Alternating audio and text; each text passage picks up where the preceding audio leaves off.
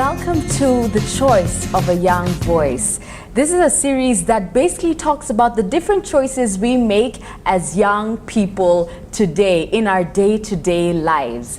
One particular choice we'll be talking about today is couch potatoes. Now, some of you may be asking, what do you mean by couch potatoes? Well, I am seated on a couch.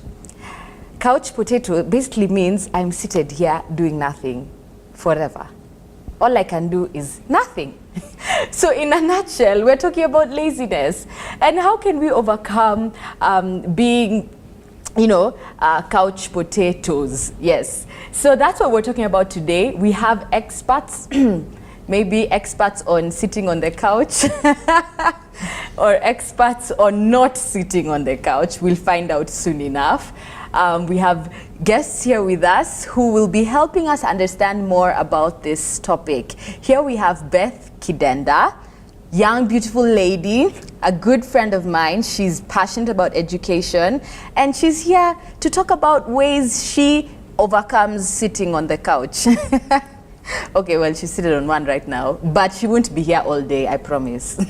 Then we have Dr. Andrew Nyakundi. He's here. He's a lecturer. He deals with the young people each and every day. So we are going to get so much wisdom from him. He'll help us understand and, give us steps, ways on how we can be more active people in society today. We have a lovely audience who may be couch potatoes. No? Let's find out soon enough. And they're here to learn a lot as well. So let's get into the heart of this topic. Couch potatoes. Dr. Nyakundi, what is your understanding of this term? Okay, I understand it to mean laziness. You are doing nothing and assuming that there's nothing that you can do. When indeed there are so many things that you can do. It's a perception that there is nothing that you can do. But if you engage your brain, there's so much things that you can do. It's only that you are not able to see. But if you engage your brains, you'll see them.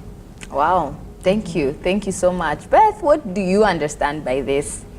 Yeah, so for me, couch potatoes, I think people are usually driven to that point when you feel a sense of despair and you feel like there's nothing you can do, there's nowhere you can move, there's nowhere you can be contributing to. And so when you get to that point where you feel a sense of despair, what we as human beings often do is we withdraw.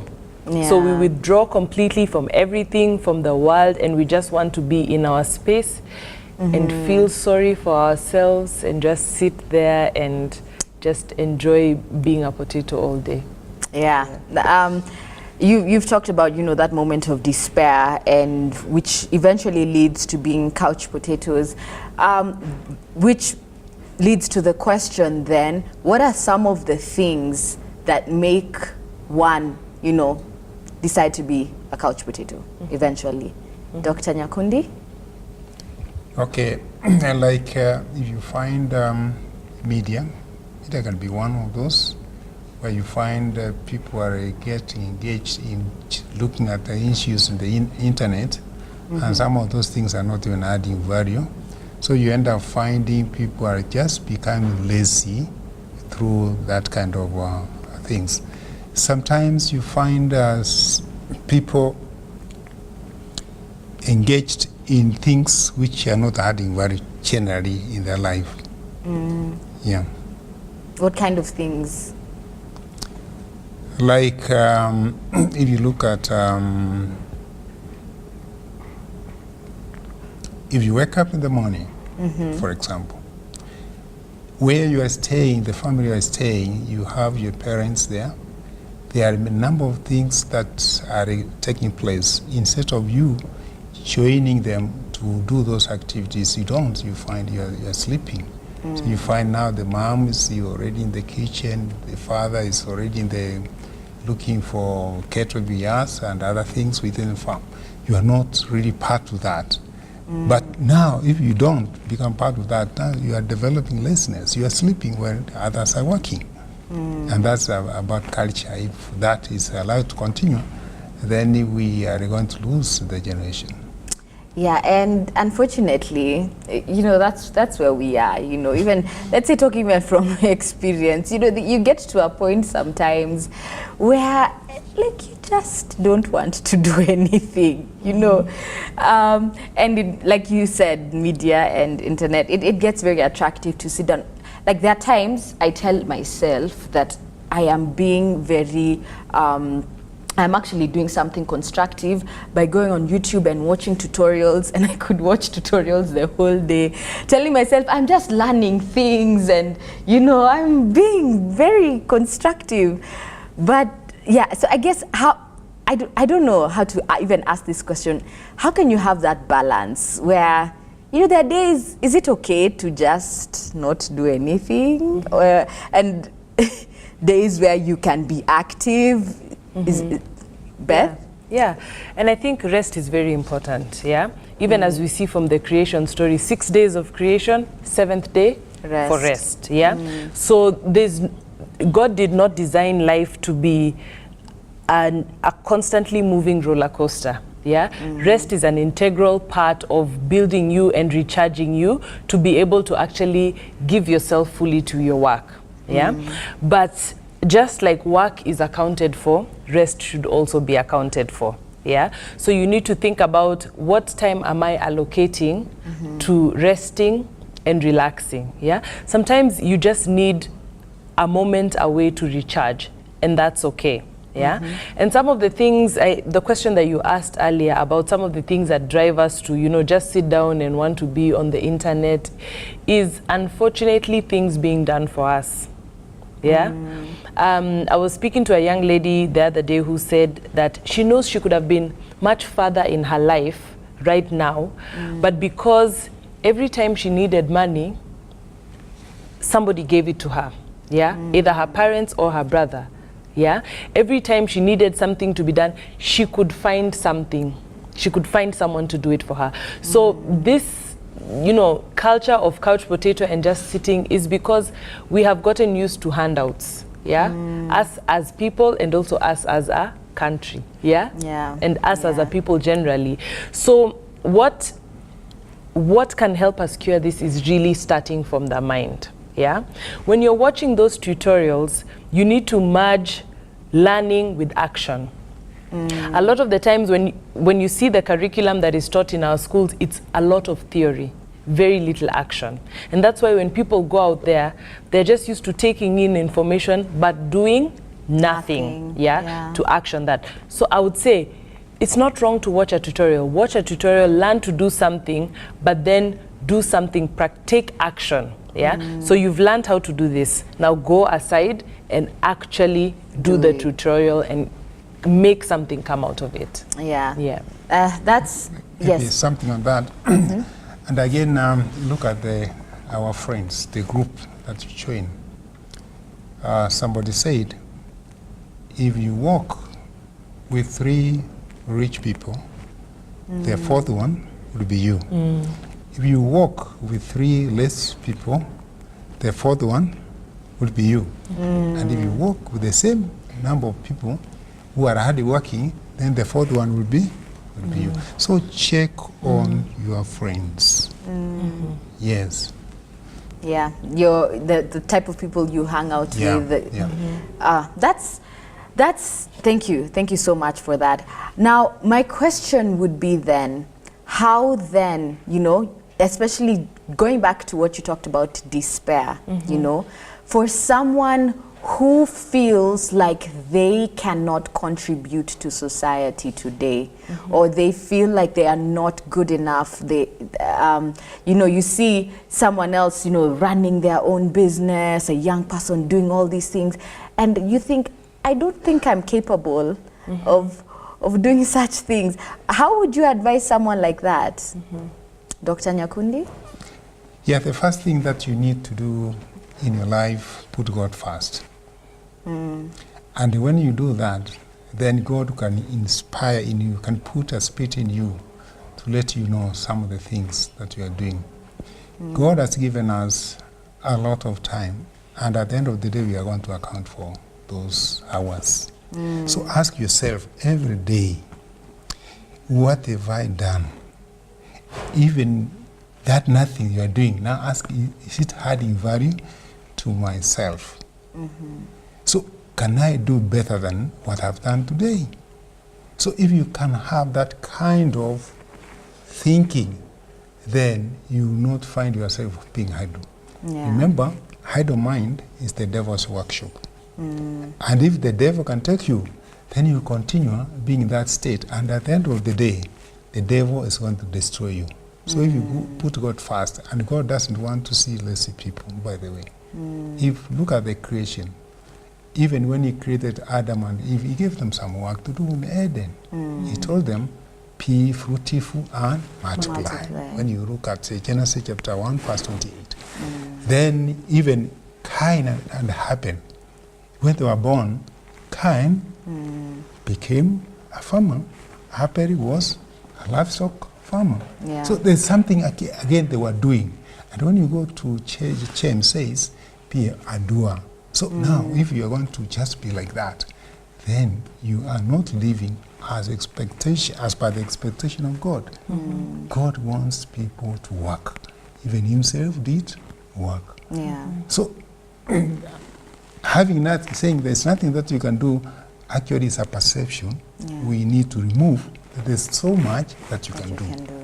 All that you need to do is to get the right environment, get the right people, get some mentors, then you will know that there are two main things that you can do. Yes. Beth, do you have anything to say on that? Yeah, I think when you get to that point where you look at yourself and you start comparing yourself with others, I think then you are now depending a lot on the world view of self-esteem and not focusing on God esteem. You need to ask yourself, who did God create me to be? When you read the Bible, how did God design us as human beings? What are the promises that God has written for me in the Bible? Because we know that God is not a liar. Everything that was designed by God, every promise that was made has come to pass. So you need to think about verses like Jeremiah 29:11. Very cliche, but very powerful. So you know that God has great plans for you. When you get to that moment and you feel like, you know, there's nothing I can do, you remember, what? God is not a liar, so this must come true. When you think about Philippians 4:13, I can do everything through Christ who strengthens me. You realize that there are no limitations. So wherever you want to go, you can go. Yeah. When you feel like, you know, I'm at this point, I don't even know what to do, I don't even know where to start, think about James 1:5. If any of you lacks wisdom, ask me, your heavenly Father, who will give to you and give abundantly. Yeah. One passage I read is that when you read the Bible, it actually, like, it makes you smarter, it builds your mind, it makes you a sharper thinker. Yeah. So you really need to interact with the Word of God. When you think about like a computer, yeah. So somebody decides to come up with a new computer. When something goes wrong with that computer, who do you call? The person who made it. Yeah. You're not going to call some other person who designed another way of chickens laying eggs, yeah, or whatever it could be. You're going to call the designer of the product. So when you find yourself in that situation and you are despairing, who do you need to call? God. The designer, yeah, the designer of your life. You need to go back and say, God, this is where I am. I know this is not what you created me to be, so please run a diagnostic and tell me what bugs you are finding, fix them and help me to move on. Amen. Yeah. Amen. Thank you so much. Please hold it. Okay. Don't forget what you just wanted to say, because I'd like us to take a look at a video of a young lady sharing, just advising other young people that there's so much we can do in society today to become more useful and even to help us establish careers instead of just sitting down idly and doing nothing. So stay with us. We'll be right back. Hi guys, my name is Isabel and I'm here to advise the youth out here on a few things. Right after campus, life is not easy, that is for sure. You can't be served everything on a silver platter, or rather you will never be served anything on a silver platter. So that means you have to work for it. And the mistake that most of us do is once we are done with campus, we just want to sit around, lazy around, watch TV, movies, series the entire day, and sometimes that has a detrimental effect on our health. So those who are just sitting at home doing that, please stop. Pick up a few things to do. If there was a club that you're involved in while in campus, please try and follow up and see if there's an alumni, functionality part to it.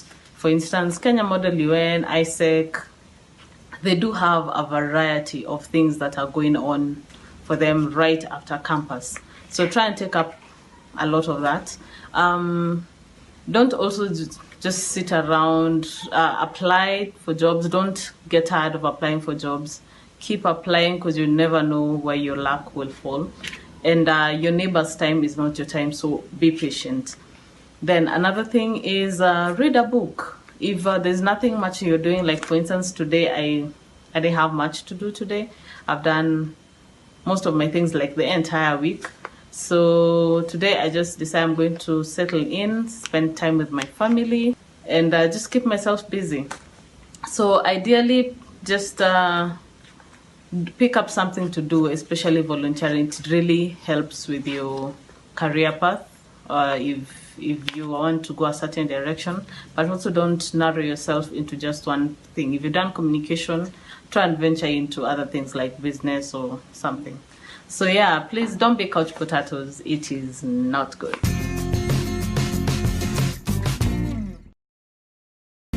Welcome back. That was Isa. She advising us on number of things you can do. When you don't have a job, she's someone I know who has involved herself in so many activities even before she finally got a job. So yeah, let's take it up as young people. What do you think you've, maybe something you'd like to share from what we've just watched? Dr. Nyakundi? Yeah. One is having a plan for what you want to do on a daily basis. She has already said about reading a book, doing other activities. So it's critical that you need to plan your day on how you want to move. The other thing is don't get tired in applying, doing application. Yes, you have the paper, so you should just should not leave somewhere because you have not gotten feedback on your applications or the people have not invited you. You stop, continue applying. Then that's persistence. The other thing is there's nothing that you can get on a silver plate. That means you need to work for it. All the things we get, we must do what? Must work. That's critical. Another thing is networking. You remember as you said about alumni? That means when you are an alumni of an institution where you lived, there are people you know. So you have that network. Probably somebody has got something somewhere.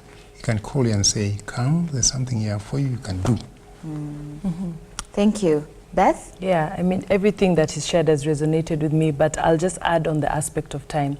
So one thing she shared was that your neighbor's time is not your time. Yeah?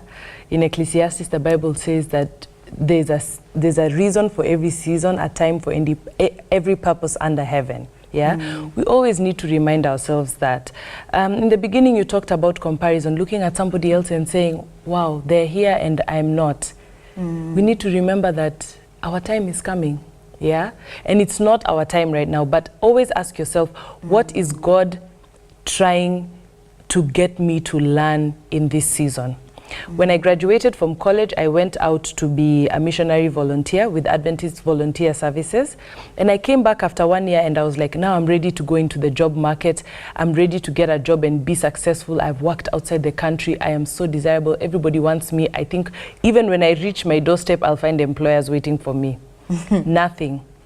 For 1.5 years, no job, no nothing. And because of the system of education I'd been through and that didn't champion education, I wasn't able to even think of starting a business at that time. So I was just sitting at home doing applications, being a couch potato, getting depressed, blaming everyone else for my problems. It wasn't until I had to take charge of my situation that I was able to get out of it.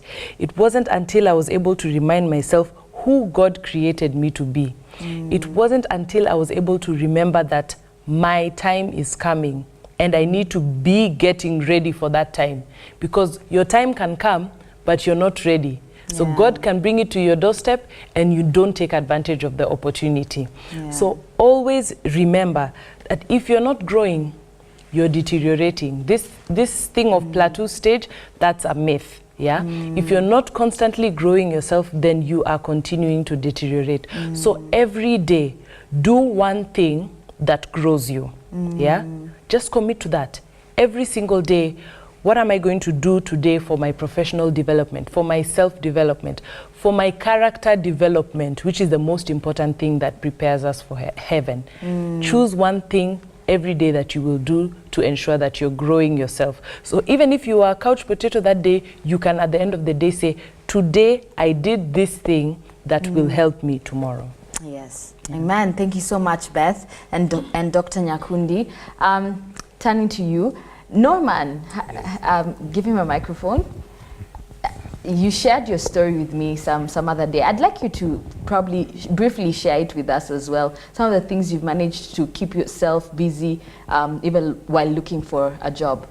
Okay, yeah. Actually, with me, I graduated and it's been 3 years down the line, and there was no signs of like any employment or getting a job. So during that first year after I had graduated, I used to be a couch potato.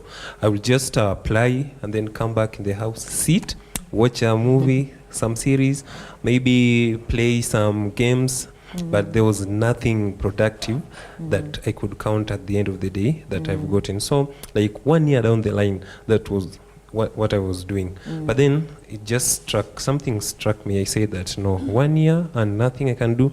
So I just decided, let me do something. And for real, it starts with you as an individual, not any other person. Don't wait. Like in our country, we know right now, employment matters. It's not easy. It doesn't come easy the way we've been told on a silver platter. So I just said, let me do something. And this is what I did. I just started poultry farming, and I didn't start with maybe 10 or 20 or 100 chicken. I just started with 2. I had a hen and a cock. So with time, this hen started laying eggs, and afterwards I took good care of her. And then at the end of maybe a few months, there were some chickens. The chicks came out, and I also took care of them. And now that's how they started increasing. As time went by, they increased until now. I could now see that there was something maybe productive I could get from them. For instance, after some months, now the chicks grew, and now they were mature enough to be sold. And also when they were mature, some started laying eggs. And from that, now I could sell the eggs, and also as well as now the mature ones. Thank you so much, Norman. This is an example of some of the things that we can do, as young people when we feel like we have absolutely nothing to do. Is there a question from, one of us, someone else, who'd like to maybe state an opinion or ask a question? Anyone? Going once? Twice? Here we go. Yeah, we call Irene from Kisumu. I actually have a question and an opinion at the same time. I think the major problem with the youths these days is the thing to do with media. We have the internet and the media thing at our disposal. So we find that most of the time, when a youth is unemployed, like they say to be, they just seated somewhere in the house, watching movies, texting, chatting, browsing, all sorts of things. So my concern majorly is, how then can we help these people who are very much into the internet usage? Like Like you find a youth Yeah. can spend approximately 8 hours of the day just Kindly on the keep phone. the microphone. Yeah, on the phone.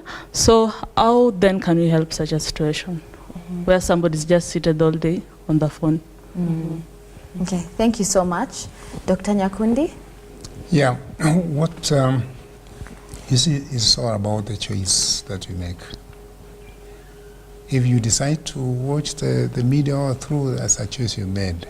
But now the question that you need to ask, is this choice worth for me to live with?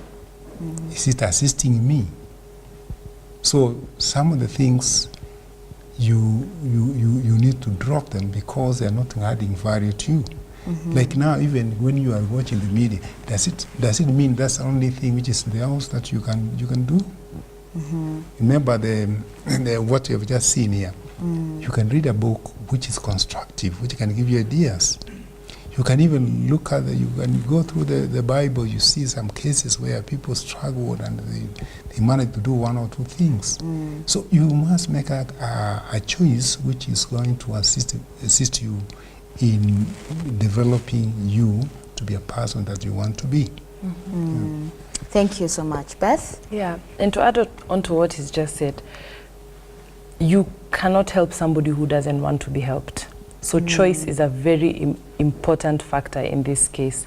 You have to make a choice to rid yourself of that habit, yeah? And there are practical ways that you can do that, yeah? You want to check social media in a day, limit the time and say, I'm only allowed to be on social media for 1 hour a day or 1.5 hours a day. Give yourself a time limit, yeah?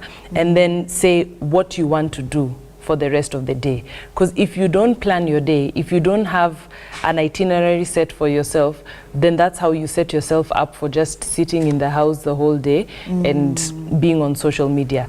But I think one thing that can really help is limiting your screen time and saying, okay, every day I have access to 2 hours of social media. So that way you'll be able to plan and say, okay, there's some messages I need to respond to, so I'm going to make sure that I make time to do that. Or today I want to watch a tutorial on this. So you will prioritize and say, my 2 hours, I'm going to use 1 hour on watching my tutorial so I can be prepared for something else. So you as an individual need to make the decision that I want to limit my screen time and I want to make social media a place that bends to my will and not I bending to its will and being on it the whole day. Yeah. Thank you so much. And maybe, wait, is there another question? If there's none, I once, twice, thrice. Okay, I'd just like to say this. There's this saying that say, spare the rod and spoil the child. And in the Bible we are told that when you teach a child in the way that he or she should grow, he will not depart in that way. So can we say that parents also have a hand in this thing we call couch potato, especially on the children, because it begins right from that younger stage when children are growing. Remember, there's this time maybe they have to watch the cartoons and movies and so forth. So that amount of time maybe you give this child to watch these particular maybe things from the media, to use the media. It really matters, because as the child grows also, it will have an impact. So can we say that the parents also have a hand in it? Yeah. Thank you so much for that question. Dr. Nyakundi. Yeah. You know, we are supposed to be role models as parents because you bore a lot from us. If we are not making you do some work at home, then we give you a lot of time where you are doing nothing, then we are contributing to your failure. We need to let you know that what you're doing now is not right for you. You need to prepare for the future, and what you do, see what we are doing and practicing what we are doing, because we have come from a long way, and what has made us to reach that far is working. We did not sit down idle somewhere, so that we are what we are. We worked hard, and that's why we were able to get finances to take you to school. And therefore we tell you that you need to limit some of the things we are doing, because they will not be assisting. It is true, parents, sometimes they give too much freedom to students, so to their children. The Bible is very clear, don't spare the cane, but we need to use it sparingly. We need to advise you. Before I even cane you, I let you know why am I caning you. Because that moment I do that, in the future we could remember and go back and say, it is true, I did not mean that my parents did this, I will not be what I am. Yeah, thank you so much. Beth, do you have anything to add? Yeah, I'll just add that for young people, I think parents need to realize that they will do as you do and not as you say most of the time. Yeah. So a lot of young people who are television addicts maybe saw their fathers come home from work and all they do is sit in front of the TV, watch news. After that, they change from KBC, they move to Al Jazeera. After that, they change to BBC. By the time the evening is over, they've watched news from every country. Yeah. And so when you grow up without even knowing, these things have been conditioned inside of you. Yeah.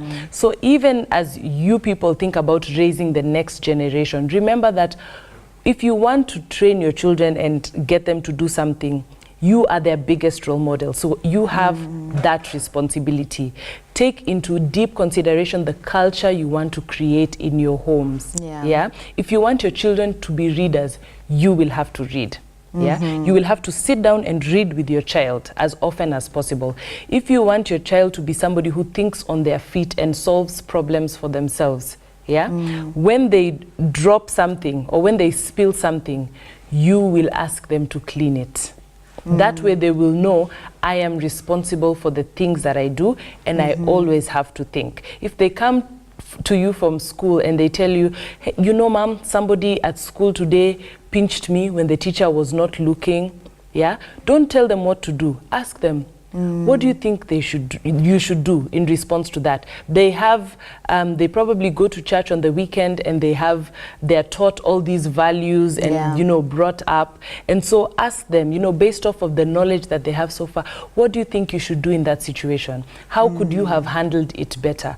If we want our young children to think on their feet when they grow older, then we need to start, you know, engaging with them like adults as early as possible. So yes, parents do have a great responsibility, and we need to remember as the future generation who are going to raise these young people that we are their role models, and they will do more what we do than what we say. That's true. Very true. Just related to that, for someone who's grown up, so to speak, lazy, yeah, their parents have already spoiled them. They don't. They've been lazy for a couple of years, and then now they get to this stage where they realize, oh my goodness, I need to work, and they try and they say it's just so hard. They try and they fail, and they try and they fail. What would you advise someone like that who, for all their lives, you know, because based on how they've been raised, that's what they know. And now when they need to be hardworking, they don't know how to be. What would you advise someone like that? Okay. There's nothing which is permanent in this world. That's one thing that you should know. If you have tried something and it's not working, that doesn't mean you have failed. You continue trying. Some people have changed their life at the time people did not even expect. Just see the big names that we are having in this world. Sometimes they reach somewhere and they give up, but somehow said, no, we must do something for ourselves. So there's no given period that you can say, now I've despaired, I've lost hope in this life. No, things can change in one minute and you're somebody else. All that you need to do, try, continue trying, and also depend on the Lord. Open ways. If one door is closed, probably has opened another one, which you are not seeing at that time. Thank you, Beth. Yeah, one thing I'll say, when you find yourself in that position, at times you're not able to pick yourself up. Yeah. You say, okay, I'll try tomorrow, but tomorrow you're just not able to. That's where having an accountability partner comes in. That's where being able to share the struggle you are having. One thing we suffer with as youth today is we don't talk about our issues. Probably we grew up in homes where the only issue you talked about with your parents is your report card and how you're spending their fees well. So when you're having a challenge that is, you know, more emotional or a spiritual struggle, you feel like this is not something important enough to take to my parents or to talk to somebody about. But the Lord, who is supposed to be our greatest friend, says, take it, just bring it to me. Bring all your burdens and lay them at my feet. Yeah? And so we should always remember to talk. To be able to articulate these things, yeah? That's why we need, as he said, you need to build people around you that inspire you. So when you are at that point where you're feeling really low, go to your friend and say, you know what, today I'm just feeling like I can't do anything. And tell them, your job today from 8 to 5 is to just motivate me. Just send me motivational texts the whole day. Check on me at 12 and ask me, what are you doing? You know? Help each other and be that person for somebody else. Yeah. Always have somebody who you are accountable to. We are ultimately accountable to God, but even here on earth we must have accountability partners, people who you can grow with, because no man can live as an island. That's why God put us all on this earth to just enjoy each other's company. So make it your business to grow other people, and also look for other people who can grow you and get you out of that funk that you are in. Thank you so much for that advice. Just to add something. You are going to add it immediately after we come back from the break, because now when we come back, you're going to give us the final remarks. So stay with us so that we can hear the final remarks from our guests.